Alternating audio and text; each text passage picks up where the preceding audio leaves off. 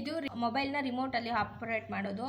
ನಿಮ್ಗೇನಾದರೂ ಇವಾಗ ವೀಡಿಯೋ ಮಾಡಬೇಕು, ಸೆಲ್ಫಿ ತೊಗೊಬೇಕು ಆ ಥರ ಎಲ್ಲ ಇದ್ದರೆ ನಾವು ಸೆಲ್ಫಿ ತೊಗೊಳ್ಳೋವಾಗ ದೂರ ಇಟ್ಬಿಟ್ಟು ತೊಗೊಳೋಕೆ ಕಷ್ಟ ಆಗ್ತಾ ಇರುತ್ತೆ.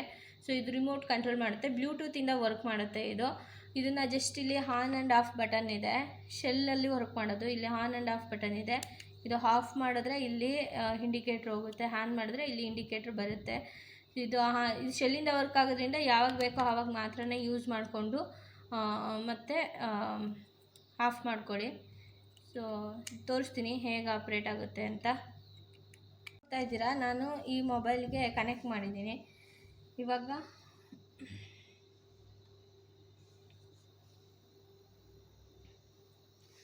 ವಿಡಿಯೋ ಆನ್ ಆಗಿದೆ, ಕ್ಯಾಮ್ರಾ ಅಪ್ಲಿಕೇಶನ್ ಆನ್ ಮಾಡಿಟ್ಟಿದ್ದೀನಿ. ಬಟ್ ನಾನು ವೀಡಿಯೋದು ಅಪ್ಲಿಕೇಶನ್ ಓಪನ್ ಆಗಿದೆ, ಬಟ್ ಇನ್ನು ವೀಡಿಯೋ ಸ್ಟಾರ್ಟ್ ಮಾಡಿಲ್ಲ.